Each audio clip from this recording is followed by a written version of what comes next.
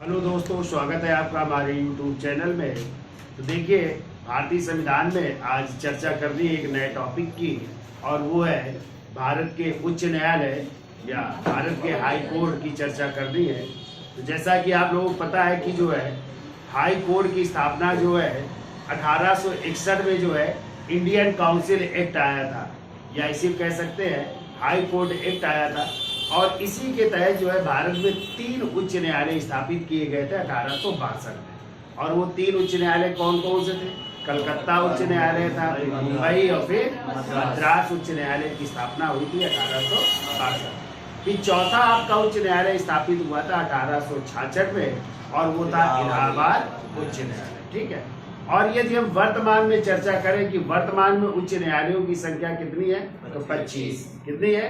25 उच्च न्यायालय है। और जो 25वां उच्च न्यायालय बना है वो है आंध्र प्रदेश का, जिसको अमरावती उच्च न्यायालय कहते हैं, जिसकी स्थापना 1 जनवरी 2019 को। ठीक है। तो ये कहानी है उच्च न्यायालय की स्थापना की।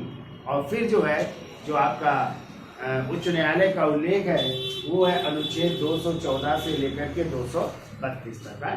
तो इनकी डिटेल में चर्चा करते हैं कि 214 क्या कहता है, फिर 231 क्या कहता है, 241 क्या कहता है, 215 में क्या है, 16 में क्या है, 17 में क्या है, 19 में क्या है। तो मेन जो है चर्चा कर लेते हैं। तो पहला तो लिखिए पॉइंट ये, देखो 1861 में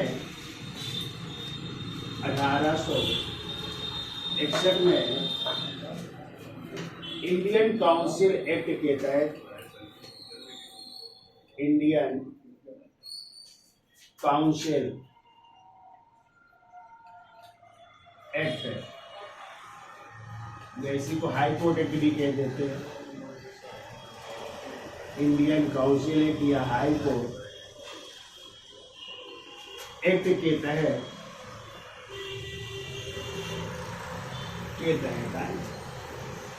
1862 में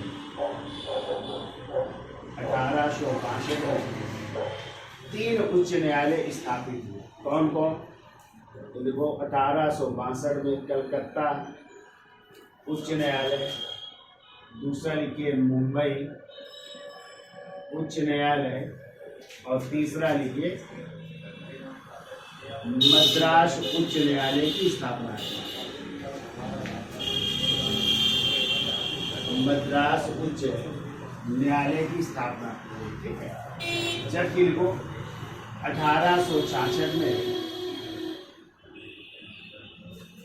इलाहाबाद उच्च न्यायालय की स्थापना थी। अभी हम डिटेल में भी चर्चा करेंगे, एक एक न्यायालय की चर्चा करेंगे। इलाहाबाद उच्च न्यायालय की स्थापना की। तो 1866 में इलाहाबाद उच्च न्यायालय स्थापित हुआ। ठीक है। यदि वर्तमान में बात की जाए तो देखिए वर्तमान में उच्च न्यायालय की संख्या, उच्च न्यायालयों की संख्या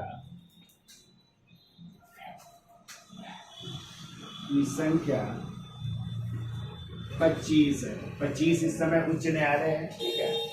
और वो 25वां उच्च न्यायालय, 25वां उच्च न्यायालय स्थापित हो रहा है 1 जनवरी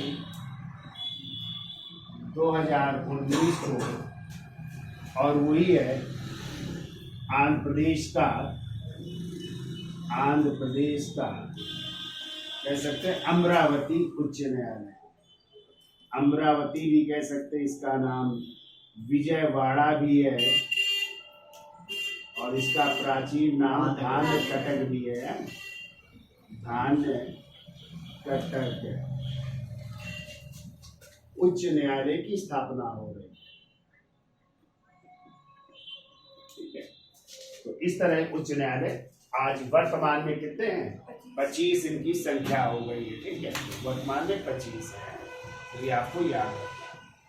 अब देखिए, यदि बात की जाए कि अनुच्छेद 214 क्या कहता है, तो लिखिए अनुच्छेद 214 के तहत, अनुच्छेद 214 के तहत भारत के प्रत्येक राज्य में भारत के प्रत्येक राज्य में एक उच्च न्यायालय होगा। भारत के प्रत्येक राज्य में एक उच्च न्यायालय, ठीक है, यानी प्रत्येक राज्य में क्या होगा, एक उच्च न्यायालय होगा, ठीक है। लेकिन अनुच्छेद 231 क्या कहता है, तो अगला पॉइंट लिखिए। अनुच्छेद 231 के तहत, अनुच्छेद 231 के तहत संसद को 2 या 2 से अधिक राज्यों के लिए, संसद को 2 या 2 से अधिक, 2 या 2 से अधिक राज्यों के लिए, अधिक राज्यों के लिए एक उच्च न्यायालय स्थापित कर सकती है। 2 या 2 से अधिक राज्यों के लिए एक ही उच्च न्यायालय स्थापित करने का अधिकार दिया गया है। एक ही उच्च न्यायालय, एक ही उच्च न्यायालय स्थापित करने का अधिकार दिया गया, स्थापित करने का अधिकार दिया गया।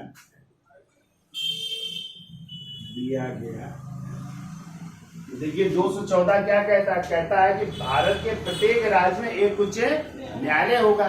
तो अब भारत में मान लो कितने राज्य, 28, तो 28 उच्च न्यायालय होने चाहिए, लेकिन है कितने, 25। तो साथ में 231 को भी जोड़ा गया। इसमें कहा गया संसद चाहे तो 2 या 2 से अधिक राज्यों के लिए एक ही उच्च न्यायालय स्थापित कर सकती है। यानी 2 राज्यों का एक उच्च न्यायालय हो सकता है। जैसे आप लोग अभी हम चर्चा करेंगे, पंजाब और हरियाणा 2 अलग अलग राज्य हैं, लेकिन दोनों का एक ही उच्च न्यायालय, और वो कहाँ पे, चंडीगढ़ में, ठीक है। तो कुछ ऐसे राज्य हैं या कुछ ऐसे केंद्र शासित प्रदेश हैं जिनका जो है एक न्यायालय है, या 2 से अधिक राज्य हो सकते हैं या केंद्र शासित प्रदेश हो सकते हैं, उनका जो है एक ही उच्च न्यायालय, ठीक है। फिर देखिए इसके बाद 241 क्या कहता है, 241 कहता है कि केंद्र शासित राज्यों के लिए एक अलग से उच्च न्यायालय स्थापित किया जा सकता है। जैसे अभी तक जो है आपका एक ही केंद्र शासित प्रदेश था जिसका अपना उच्च न्यायालय था, और वो था दिल्ली। क्या था, हाँ, तो दिल्ली का जो है अपना स्वयं का क्या था, एक उच्च न्यायालय था। लेकिन अब वर्तमान में यदि हम चर्चा करें तो जम्मू कश्मीर भी क्या हो गया, केंद्र शासित प्रदेश हो गया। तो जम्मू कश्मीर का भी अपना पहले से ही क्या था, उच्च न्यायालय। लेकिन पहले क्या था, वो राज्य था। लेकिन दिल्ली जो है केंद्र शासित प्रदेश था जिसका अपना क्या था, एक उच्च न्यायालय। तो अगला पॉइंट लिखना है, देखिए अनुच्छेद 241 के तहत संसद को, अनुच्छेद 241 के तहत संसद को केंद्र शासित प्रदेश या संघ शासित प्रदेश, कुछ भी नहीं, संसद को संघ शासित प्रदेश के लिए, संसद को संघ शासित प्रदेश के लिए अलग उच्च न्यायालय स्थापित करने की, संघ शासित प्रदेश के लिए अलग उच्च न्यायालय को स्थापित करने की शक्ति दी गई है, स्थापित करने की शक्ति दी गई है, करने की शक्ति दी गई है। और इसी शक्ति के तहत जो है संसद ने किस केंद्र शासित प्रदेश के लिए, दिल्ली के लिए अलग से उच्च न्यायालय स्थापित किया है, ठीक है। शक्ति दी गई है और संसद द्वारा इस शक्ति का प्रयोग कर, और संसद द्वारा इस शक्ति का प्रयोग कर, संसद द्वारा इस शक्ति का प्रयोग कर 1866 में संसद द्वारा इस शक्ति का प्रयोग कर 1866 ईस्वी में दिल्ली उच्च न्यायालय के लिए, सॉरी 1966 है, 1800 नहीं है, यहाँ पे 1900 कर लेना, 1966 में संघ शासित प्रदेश दिल्ली के लिए, संघ शासित प्रदेश दिल्ली के लिए उच्च न्यायालय स्थापित किया गया है। दिल्ली के लिए उच्च न्यायालय स्थापित किया गया है,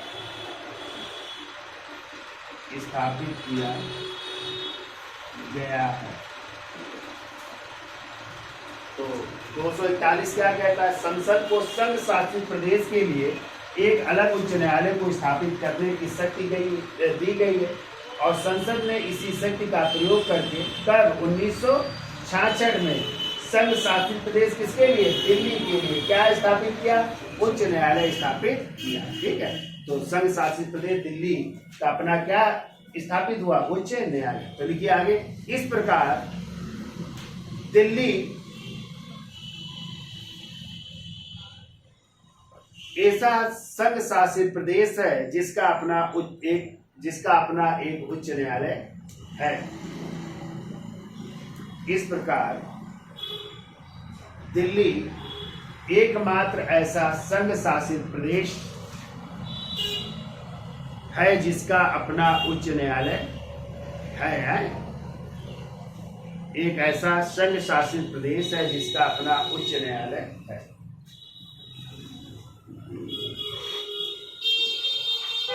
ठीक है, इसका अपना उच्च न्यायालय। लेकिन अब वर्तमान में यदि बात की जाए तो जम्मू कश्मीर भी क्या हो गया? केंद्र शासित प्रदेश, तो उसका भी अपना उच्च न्यायालय। तो अभी तक क्या था? दिल्ली ही आपका था। ठीक है, तो इसका स्क्रीनशॉट ले लो, फिर आगे चलते हैं। सर अभी कुछ चलिए अगला पॉइंट लिखो। अनुच्छेद 230 के तहत लिखिए, अनुच्छेद 230 के तहत संसद को किसी संघ शासित राज्य पर, संसद को किसी संघ शासित राज्य पर, किसी संघ शासित राज्य या प्रदेश भी कर सकते हैं, संघ शासित प्रदेश पर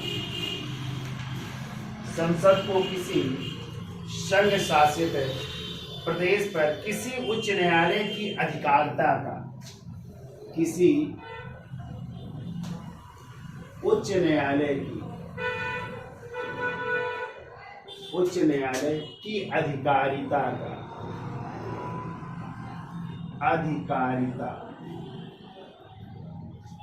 अधिकारिता का विस्तार करने का अधिकार है। अधिकारिता का विस्तार करने का अधिकार है। अधिकारिता का विस्तार करने का अधिकार है या विस्तार करने की शक्ति है।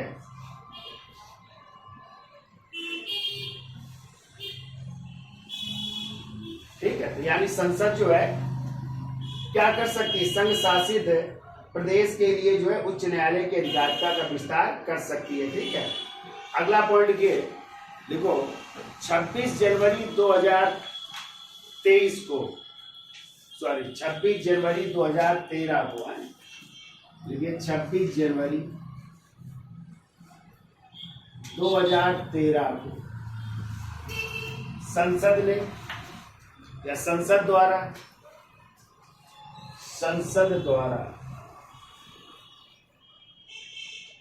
मेघालय, मणिपुर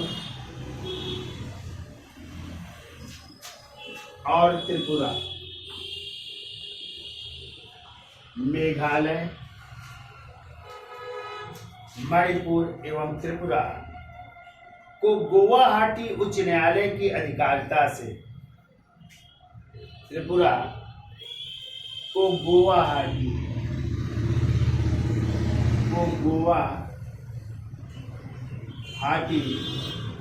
उच्च न्यायालय की अधिकारिता से उच्च न्यायालय की अधिकारिता से वंचित कर दिया गया है। अधिकारिता से वंचित कर दिया गया है। यानी पहले ये तीनों राज्य जो है किस उच्च न्यायालय के अधिकारिता में थे? गोवा उच्च न्यायालय के। लेकिन अब इन तीनों राज्यों का अपना अपना क्या हो गया? उच्च न्यायालय हो गया। ठीक है, तो ये अधिकारिता किसके पास है? संसद के पास। यानी उनकी अधिकारिता को क्या कर सकता है? कम कर सकता है। ठीक है, तो इनकी अधिकारिता को कम कर दिया गया। यानी अब इन तीनों राज्यों के लिए अपना अपना उच्च न्यायालय स्थापित कर दिया गया। पहले किसके अधीन थे ये तीनों? गुवाहाटी। यानी इन राज्यों के मुकदमे कहाँ आते थे? गुवाहाटी में आते थे। ठीक है, तो क्या लिखा? अधिकारिता से वंचित कर दिया गया है और इनके लिए अलग अलग 3 उच्च न्यायालय स्थापित किए गए हैं। और इनके लिए अलग अलग 3 उच्च न्यायालय स्थापित किए गए हैं। तो लिखो, पहला मेघालय।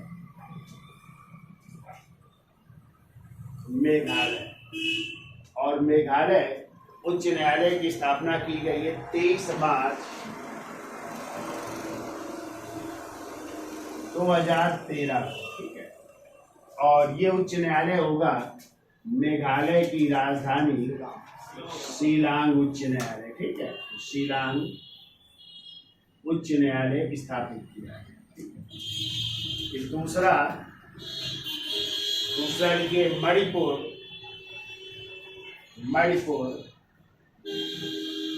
और मणिपुर बन रहा है 25 मार्च 2013 को बन रहा है। और ये स्थापित किया गया है। मणिपुर की राजधानी क्या है? इम्फाल में। तो लिख लो, इम्फाल उच्च न्यायालय स्थापित।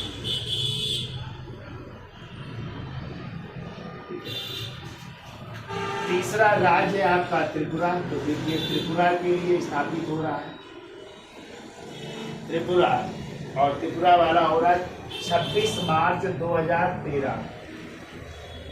26 मार्च 2013। और त्रिपुरा की राजधानी क्या है? अगरतला है। तो अगरतला उच्च न्यायालय स्थापित। ठीक है, यानी राज्यों की जो राजधानियां वहां पे इसको स्थापित किया गया। ठीक है, फिर लोग मार्च 2013 में तत्कालीन मुख्य न्यायाधीश, मार्च 2013 में तत्कालीन मुख्य न्यायाधीश, उस समय तत्कालीन मुख्य न्यायाधीश थे अल्तमश कबीर हैं न्यायाधीश। अल्तमश कबीर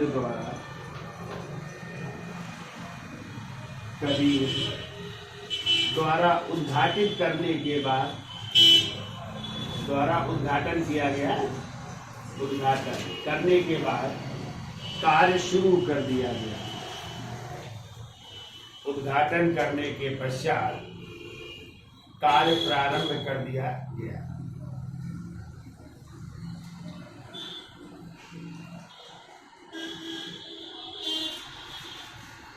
ठीक है, और 25वां, जैसे अभी हमने आपको बताया, यदि आ जाए 25वां उच्च न्यायालय कब बना?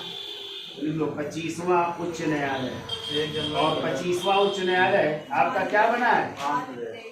आंध्र प्रदेश। ठीक है, और आंध्र प्रदेश कब बना? अभी हमने देखा है 1 जनवरी 2019 को। और ये कहाँ पे स्थापित हुआ? अमरावती या विजयवाड़ा, अमरावती उच्च न्यायालय। ठीक है, और पहले जो है आंध्र प्रदेश का हुआ करता था हैदराबाद, और हैदराबाद अब कहाँ का हो गया? तेलंगाना का। यदि आ जाए हैदराबाद उच्च न्यायालय किस राज्य का उच्च न्यायालय? तो तेलंगाना का। और आंध्र प्रदेश के लिए कहाँ पे?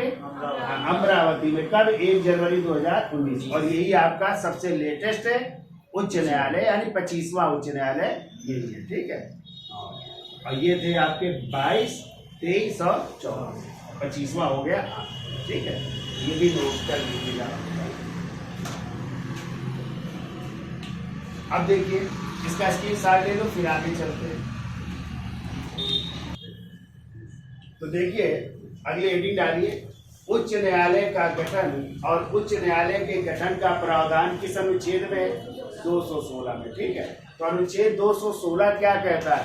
कहता है कि जो है उच्च न्यायालय का जो गठन होगा उसमें जो है एक मुख्य न्यायाधीश होंगे, और क्या होंगे? अन्य न्यायाधीश होंगे, जिनकी नियुक्ति कौन करेगा? राष्ट्रपति समय समय पर करेंगे। कौन करेंगे? राष्ट्रपति समय समय पर करेंगे।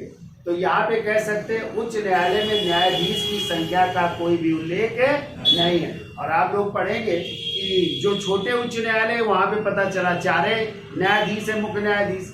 कहीं कहीं जो है 50 है, कहीं कहीं 21 है। और अपने उत्तर प्रदेश की बात की जाए तो सबसे ज्यादा यहाँ पे उच्च न्यायालय के न्यायाधीश, मतलब अपने इलाहाबाद उच्च न्यायालय में सबसे ज्यादा न्यायाधीशों की संख्या है 100 से ऊपर। तो कहीं पे भी जो है निश्चित नहीं है उच्च न्यायालय में कि यहाँ पे इतने उच्च न्यायालय होंगे। ठीक है, जबकि आपने पढ़ा सुप्रीम कोर्ट में, तो जब संविधान बना था तो एक न्यायाधीश थे और कितने अन्य न्यायाधीश? 7 अन्य एक मुख्य न्यायाधीश थे, 7 अन्य। लेकिन समय समय पर वहां पे परिवर्तन हुआ, और आज जो है सुप्रीम कोर्ट में एक मुख्य न्यायाधीश और 33 अन्य न्यायाधीश। तो वहां पे एक निश्चित है। लेकिन यहाँ पे जो आपके 25 उच्च न्यायालय है, तो क्या कहीं पे निश्चित है कितने ही होंगे? तो कहीं पे कम है, कहीं पे ज्यादा है। ठीक है, तो जो बड़े राज्य है वहां पे ज्यादा न्यायाधीश है, जो छोटे राज्य वहां पे कम न्यायाधीशों की संख्या है। तो कहा गया राष्ट्रपति समय समय पर न्यायाधीशों की नियुक्ति करेंगे। ठीक है, तो एक मुख्य न्यायाधीश तो होगा, लेकिन अन्य न्यायाधीशों की संख्या का उल्लेख है नहीं है। ठीक है, तो लिखिए,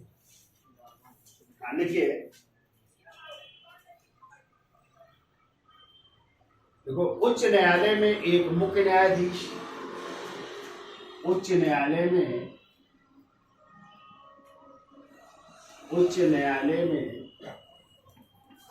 एक मुख्य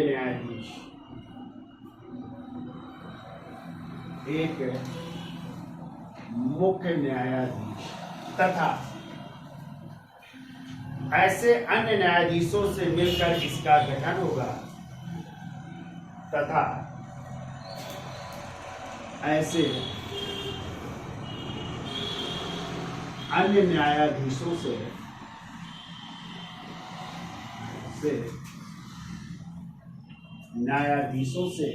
मिलकर इसका गठन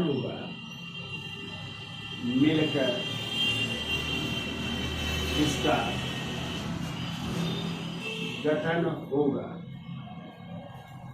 जो या जिसे राष्ट्रपति समय समय पर नियुक्त करते हैं, जिसे राष्ट्रपति समय समय पर नियुक्त करते हैं, समय समय पर नियुक्त करते। तो कौन नियुक्त करेगा? राष्ट्रपति नियुक्त करेगा। अभी हम चर्चा करेंगे कैसे नियुक्त करते हैं। तो पहले तो देख लीजिए, इसमें कहा गया है कि क्या होगा? प्रत्येक उच्च न्यायालय में कौन होंगे? एक मुख्य न्यायाधीश होंगे, और ऐसे अन्य न्यायाधीश या ऐसे अन्य न्यायाधीशों से मिलकर इसका गठन होगा, जिसे कौन? राष्ट्रपति द्वारा जो है समय समय पर नियुक्त किया जाएगा। ठीक है, तो देखो, अतः उच्च न्यायालय के लिए न्यायाधीशों की संख्या निश्चित नहीं है। अतः उच्च न्यायालय के लिए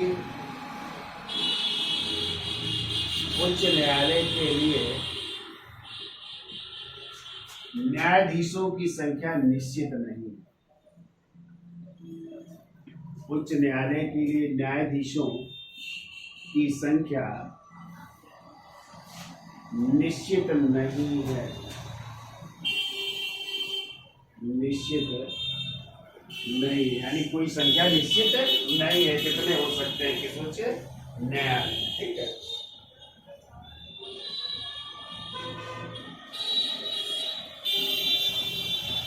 अब देखो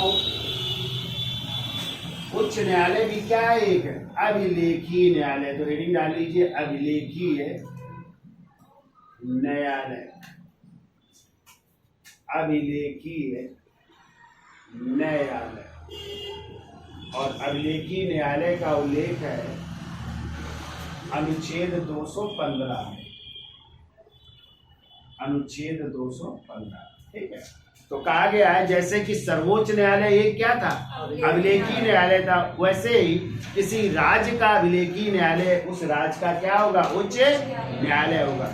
यानी अभिलेखीय न्यायालय का मतलब हमने पीछे भी पढ़ाया था कि इसके द्वारा जो बात की जाएगी वो अन्य न्यायालयों को मानना पड़ेगा। ठीक है, यानी इसके द्वारा जो निर्णय दिए जाएंगे वो अन्य अदालतों को भी मानना पड़ेगा। यानी साक्ष्य के रूप में इसके द्वारा दिए गए निर्णय को अन्य न्यायालयों को भी मानना पड़ेगा, यानी नीचे वाले न्यायालयों को मानना पड़ेगा। ठीक है, ये बात कही गई। तो लिखिए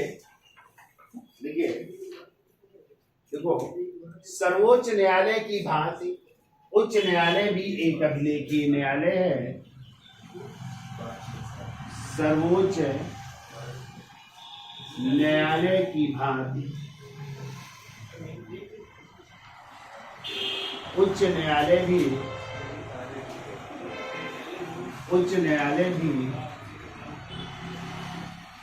अभिलेखीय न्यायालय है। उच्च न्यायालय भी अभिलेखीय न्यायालय है। ठीक है, तो इसका उल्लेख किस अनुच्छेद में, 215। जबकि सर्वोच्च न्यायालय का आप लोगों को याद है, सर्वोच्च न्यायालय का अभिलेखीय न्यायालय था और उसका उल्लेख था अनुच्छेद 129 में। किसमें था, 129 में, और इसका उल्लेख है 215 में। ठीक है, देखो, अर्थात इसे भी अपनी अवमानना पर दंड देने का अधिकार है। अर्थात इसे भी अपनी अवमानना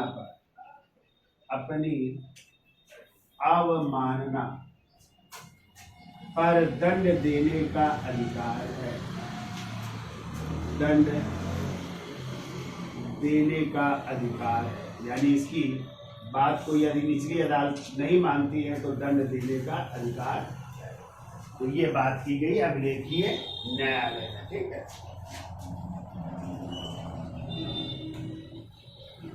अब देखो, उच्च न्यायालय के न्यायाधीशों की नियुक्ति, या ऐसे लिख लो अनुच्छेद 217, सीधे अनुच्छेद लिखो, अनुच्छेद 217। और 217 में क्या है तो लिख लीजिए। देखो, इसमें उच्च न्यायालय के न्यायाधीशों की नियुक्ति, इसमें उच्च न्यायालय के न्यायाधीशों की नियुक्ति, उच्च न्यायालय के न्यायाधीशों की नियुक्ति एवं न्यायाधीशों की नियुक्ति एवं उनके पद संबंधी प्रावधान दिए गए हैं। एवं उनके पद संबंधी प्रावधान दिए गए हैं। प्रावधान दिए गए, पद संबंधी प्रावधान दिए गए। ठीक है, अभी हम नियुक्त की चर्चा करेंगे, कौन करता है नियुक्त है, तो उसका उल्लेख अनुच्छेद 217 के फर्स्ट में है। अब हेडिंग डाल लीजिए न्यायाधीशों की अहर्ताएं। इसका स्क्रीनशॉट ले लो और फिर लिखिए न्यायाधीशों की अहर्ताएं। तो देखिए हेडिंग डालिए न्यायाधीशों की अहर्ताएं, और न्यायाधीशों की अहर्ताओं का उल्लेख है 217 के 2 में। अहर्ताओं का मतलब योग्यता है, क्या होनी चाहिए। तो पहली योग्यता तो लिखिए भारत का नागरिक हो, भारत का नागरिक हो। ठीक है, दूसरी लिखिए, भारत के राज्य क्षेत्र में कम से कम 10 वर्ष तक, भारत के राज्य क्षेत्र में कम से कम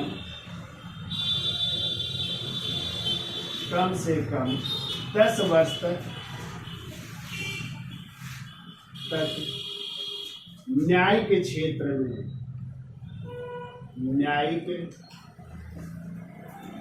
क्षेत्र में, तो न्यायिक क्षेत्र मतलब न्यायाधीश भी हो सकता है या न्यायिक क्षेत्र में रहा हो। तो देखो, हाँ, न्यायिक क्षेत्र में या न्यायिक पद में या न्यायाधीश के पद पर कार्य कर चुका हो, कोर्ट में लिख दो, न्यायाधीश के पद पर कार्य कर चुका हो,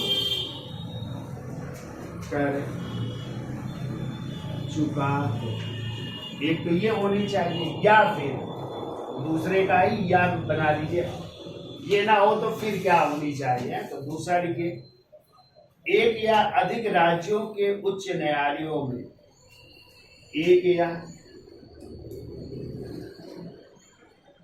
अधिक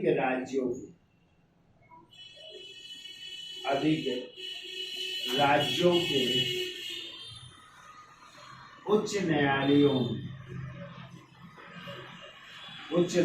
में यहाँ पे भी 10 वर्ष तक क्या रहा हो, अधिवक्ता रहा हो। ठीक है, तो देखो, उच्च न्यायालयों में लगातार कम से कम, उच्च न्यायालयों में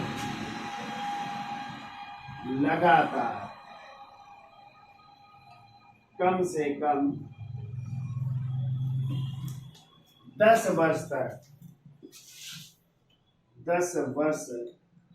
तक अधिवक्ता या वकील रहा हो, 10 वर्ष तक अधिवक्ता रह चुका हो या अधिवक्ता या वकील भी कह सकते हैं, वकील रहा हो। ठीक है, तो ये होती है उच्च न्यायालय के न्यायाधीश बनने की योग्यता। ठीक है, पहली तो ये होनी चाहिए भारत का नागरिक हो, और दूसरी में ये दो में से कोई एक है, या तो भारत के राज्य क्षेत्र में कम से कम किस क्षेत्र में कार्य कर चुका हो, न्यायिक क्षेत्र में, या कह सकते हैं न्यायिक के पद में कोई रह चुका हो। ठीक है, जैसे न्यायाधीश के पद पर कार्य कर चुका हो, या फिर कहा गया एक से अधिक राज्यों के उच्च न्यायालयों में लगातार कम से कम कितने वर्ष तक, 10 वर्ष तक क्या रहा हो, अधिवक्ता या वकील के रूप में कार्य कर चुका हो। ठीक है, याद हो जाएगा। जबकि सर्वोच्च न्यायालय में आप लोगों ने क्या पढ़ा था, या तो 10 वर्ष तक अधिवक्ता रहा हो उच्च न्यायालय में, और या तो 5 वर्ष तक मतलब न्यायाधीश के पद पर रहा हो, या फिर वहाँ पे था राष्ट्रपति की नजर में पारंगत विधि वेदता हो। लेकिन यहाँ पे ध्यान रखिएगा, ये नहीं है कि राज्यपाल की नजर में पारंगत विधि वेदता, वहाँ पे था राष्ट्रपति के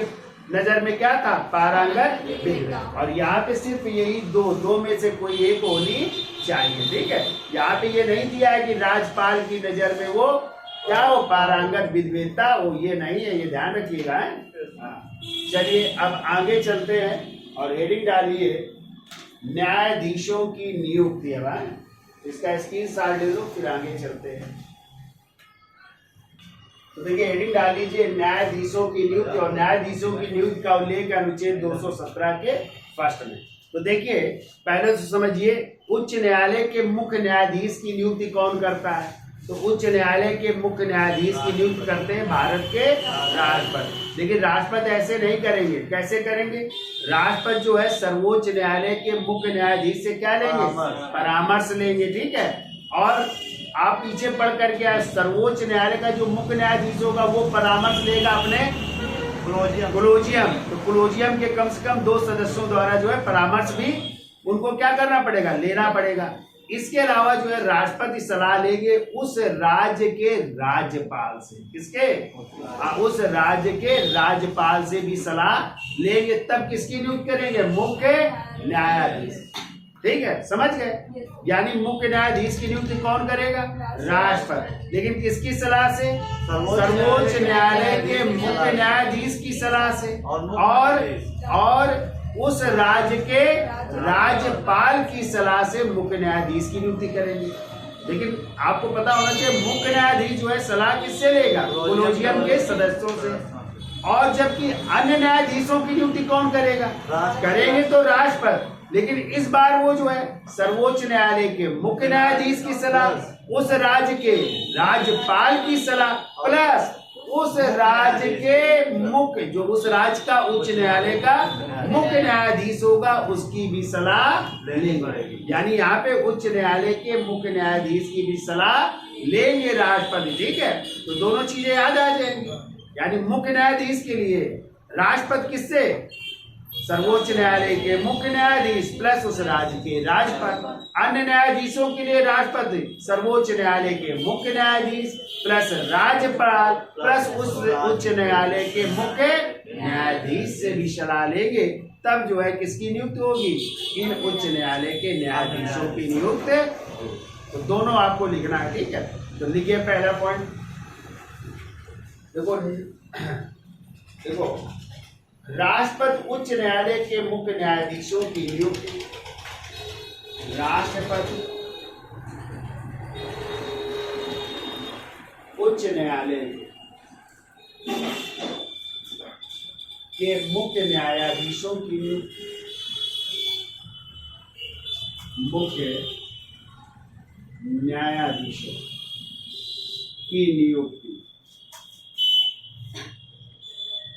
की नियुक्ति सर्वोच्च न्यायालय के मुख्य न्यायाधीश या उच्चतम न्यायालय के मुख्य न्यायाधीश, सर्वोच्च न्यायालय के मुख्य न्यायाधीश एवं उस राज्य के राज्यपाल, उस राज्य के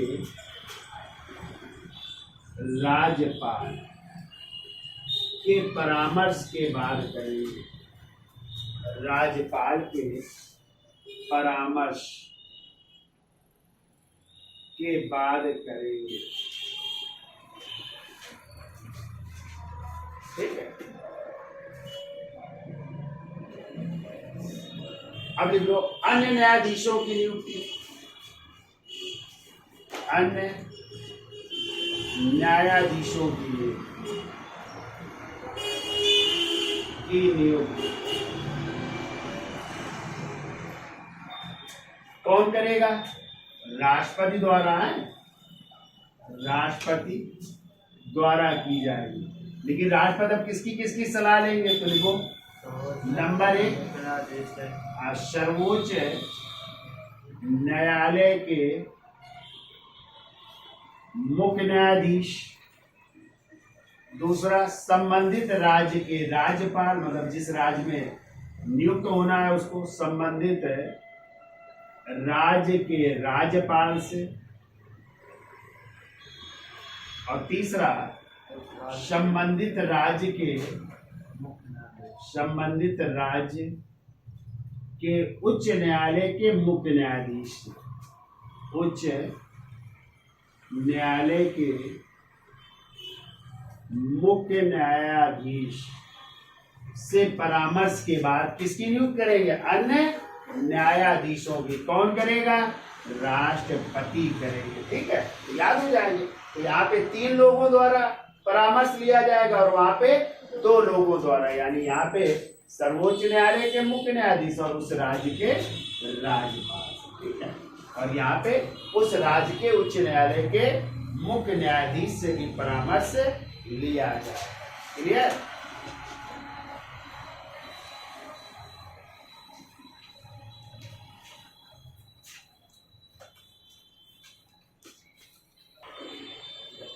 तो याद हो जाएगा। तो उच्च न्यायालय या अन्य न्यायाधीशों की नियुक्ति कौन करेगा? राष्ट्रपति।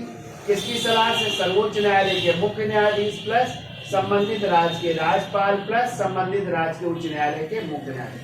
अब यदि आ जाए कि न्यायाधीशों के स्थानांतरण की प्रक्रिया का अनुमोदन कौन करता है? राष्ट्रपति। कौन करते हैं? राष्ट्रपति करते हैं। लेकिन राष्ट्रपति जो है इसके तहत जो है तभी करेंगे जब जो है सर्वोच्च न्यायालय का मुख्य न्यायाधीश अपने 4 वरिष्ठतम न्यायाधीश यानी जो कोलेजियम के सदस्य होते पहले उनसे सलाह लेगा। इसके अलावा जो है मुख्य न्यायाधीश सर्वोच्च न्यायालय का उन दोनों राज्यों के उच्च न्यायालयों के मुख्य न्यायाधीश से भी परामर्श लेगा जिस न्यायालय से किसी न्यायाधीश का ट्रांसफर होना है और जिस न्यायालय में वो जा रहा है। ठीक है, मतलब जिस न्यायालय से वो जा रहा है और जहां वो ज्वाइन करेगा, तो दोनों उच्च न्यायालयों के मुख्य न्यायाधीश से भी परामर्श लेने के बाद जो है तब राष्ट्रपति उसका क्या करेंगे? ट्रांसफर करेंगे। ठीक है, तो ये भी लिख लो। लिखो स्थानांतरण की प्रक्रिया। लिखो स्थानांतरण की प्रक्रिया यानी न्यायाधीशों के स्थानांतरण की प्रक्रिया। तो लिखिए इसमें, देखो स्थानांतरण की प्रक्रिया में राष्ट्रपति तभी अनुमोदन करता है। स्थानांतरण की प्रक्रिया में राष्ट्रपति तभी अनुमोदन करता है, तभी अनुमोदन करता है जब सर्वोच्च न्यायालय का मुख्य न्यायाधीश, जब सर्वोच्च न्यायालय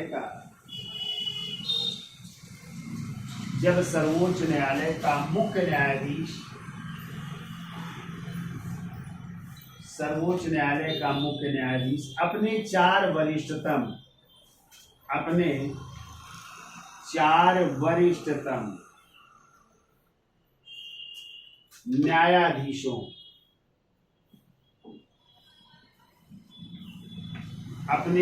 वरिष्ठतम न्यायाधीशों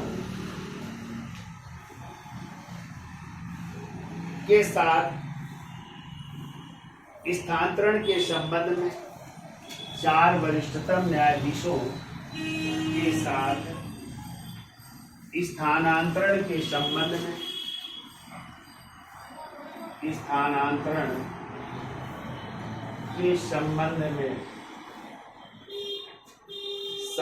में दोनों उच्च न्यायालयों के मुख्य न्यायाधीश से परामर्श लिया हो।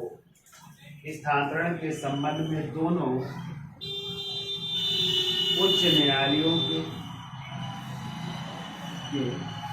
मुख्य न्यायाधीश से, उच्च न्यायालय के मुख्य न्यायाधीश से परामर्श लिया हो।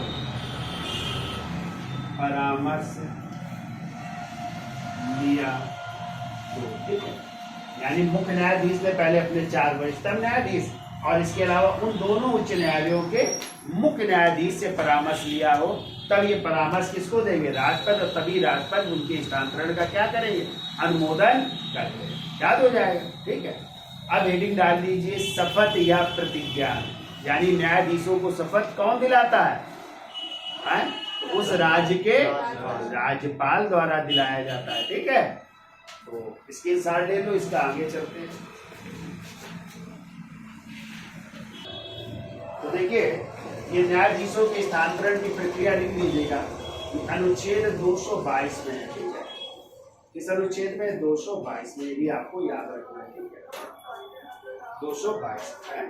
अब हेडिंग डाल लो शपथ या प्रतिज्ञा है।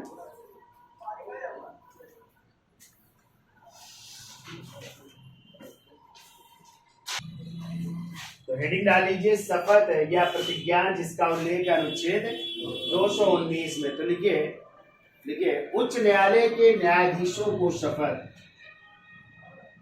उच्च न्यायालय के न्यायाधीशों को शपथ संबंधित राज्य के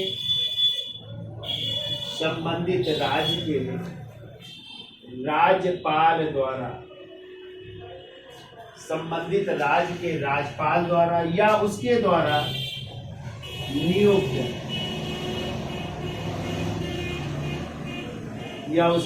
नियुक्त किसी व्यक्ति द्वारा उसके द्वारा नियुक्त किसी व्यक्ति द्वारा दिलाई जाती है। उसके द्वारा नियुक्त किसी व्यक्ति द्वारा दिलाई जाती है। देखो शपथ का प्रारूप, तो शपथ का प्रारूप किस अनुसूची में है? 3। हाँ तो लिख लो अनुसूची 3 में है। शपथ का प्रारूप अनुसूची 3 में है, ठीक है, अनुसूची 3 में है।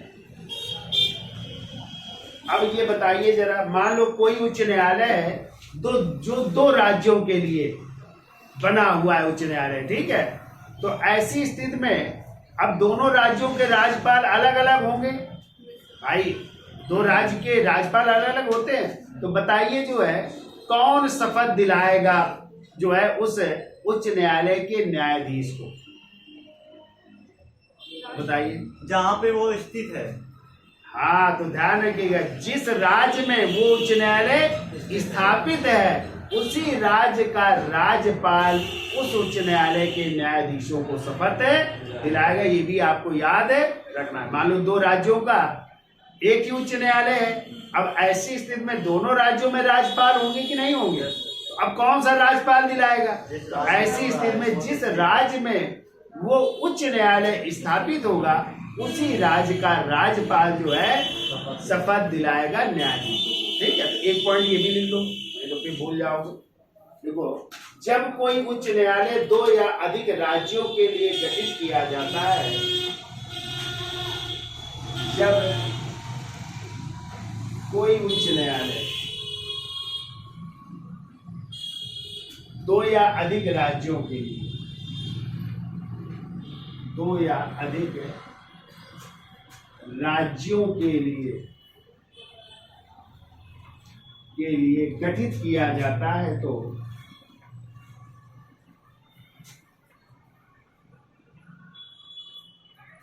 गठित किया जाता है तो ऐसे उच्च न्यायालय के न्यायाधीशों को शपथ, तो ऐसे उच्च न्यायालय के न्यायाधीशों को शपथ, न्यायाधीशों को शपथ उस राज्य का राज्यपाल दिलाएगा। शपथ उस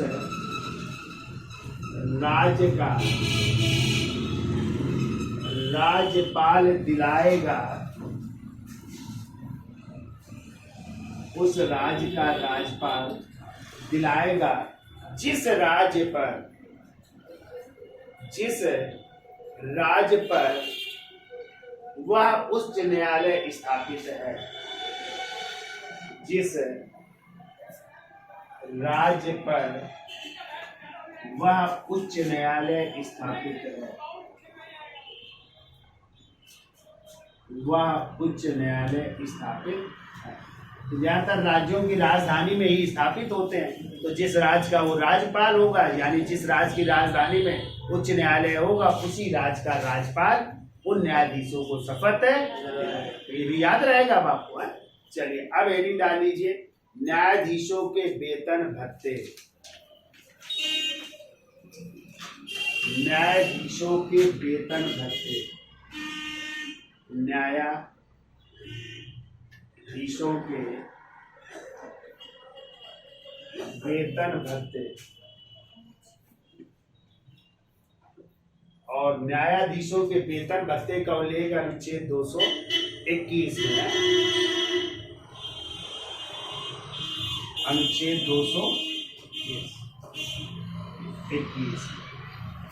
तो देखिए, तो देखो न्यायाधीशों को वेतन भत्ते निर्धारित करने का अधिकार किसके पास? संसद। कौन निर्धारित करेगा?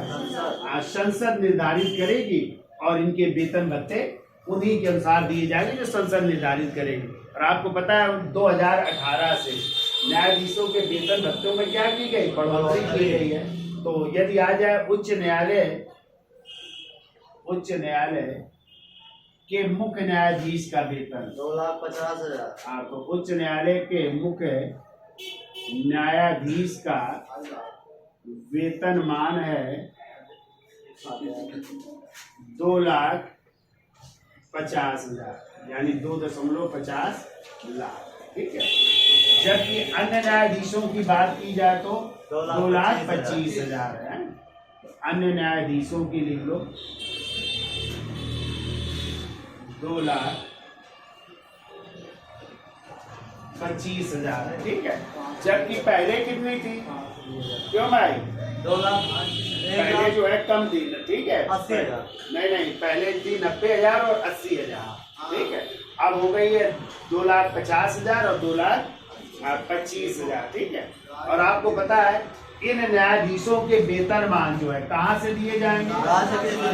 राज्य की संचित निधि। और राज्य की संचित निधि का उल्लेख किस अनुच्छेद में? 267। जो केंद्र की संचित निधि का है वही राज्य की संचित निधि। लेकिन यदि आ जाए वेतन तो राज्य की संसद से दिए जाएंगे वेतनमान है। लेकिन आ जाए पेंशन तो ध्यान रखिएगा पेंशन दी जाएगी उनको भारत की संचित निधि से। ये भी आपको याद रखना है। लिख लो पेंशन भारत की संचित निधि से। पेंशन भारत की संचित निधि से और वेतनमान एवं भत्ते राज्य की संचित निधि से दिए जाते हैं। वेतनमान व भत्ते राज्य की संचित निधि से और पेंशन लिख लो भारत की संचित निधि से दिए जाते हैं।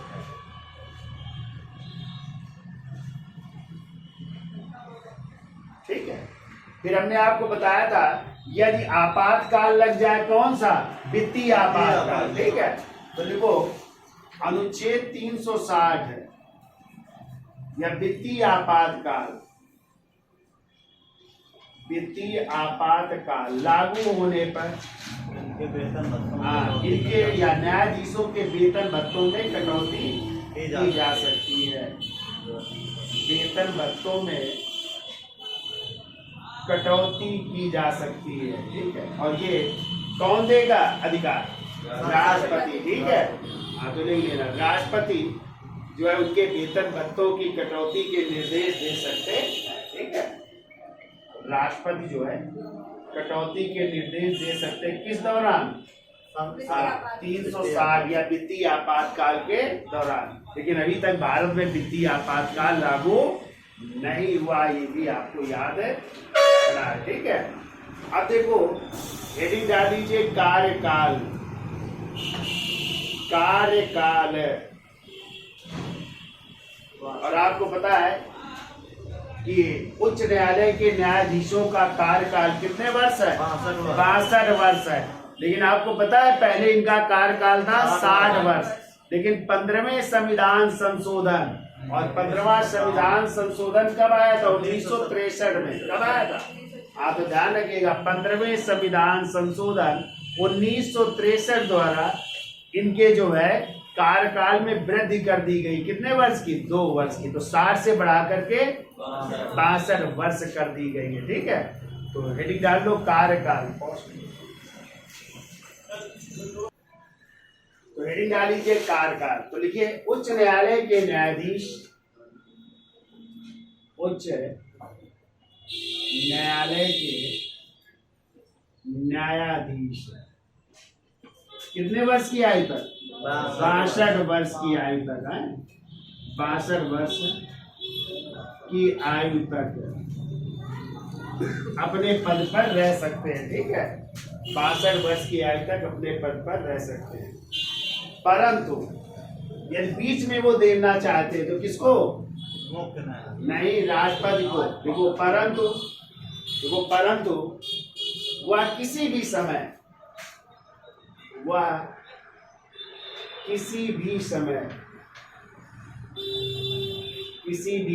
राष्ट्रपति को त्यागपत्र दे सकते हैं। राष्ट्रपति को त्यागपत्र दे सकते हैं।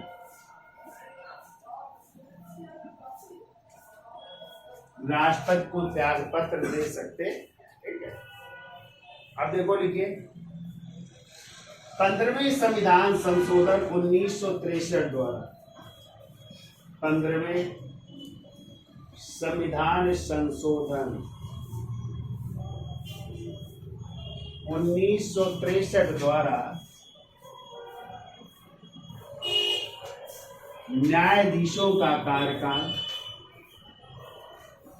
न्यायाधीशों का कार्यकाल पहले कितना था? 60 है। वो 60 से बढ़ाकर 62 वर्ष कर दिया गया। ये याद रखिएगा, 62 वर्ष कर दिया गया है।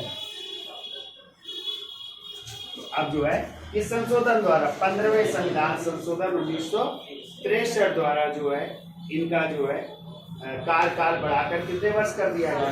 62 वर्ष कर दिया गया। ठीक है। अब हमने आपको बताया था कि न्यायाधीशों को हटाने की प्रक्रिया, ठीक है, जिसे महाभियोग जैसी प्रक्रिया कहते हैं, तो पीछे हम पढ़ा चुके हैं। और हटाने की या यदि आ जाए न्यायाधीशों को हटाने की प्रक्रिया का उल्लेख किस अनुच्छेद में है? तो आपको याद रखना है अनुच्छेद 124 के 4। किसमें है? 124 के 4। और वही प्रक्रिया है जो सुप्रीम कोर्ट के न्यायाधीशों को हटाने की प्रक्रिया। ठीक है।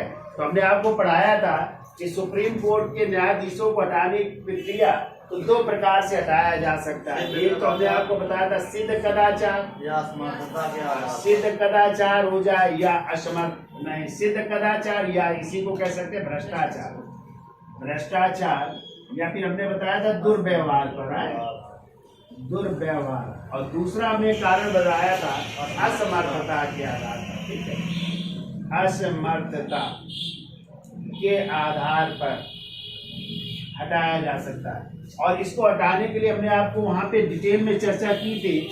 यदि जिन लोगों ने ना पढ़ा हो वो पीछे जाकर के उच्चतम न्यायालय में देख लीजिएगा, सुप्रीम कोर्ट के न्यायाधीशों को हटाने की प्रक्रिया वहां पे हमने डिटेल में समझाई है। ठीक है। तो हमने बताया था यदि ये प्रस्ताव संसद के किसी भी सदन में लाया जा सकता है।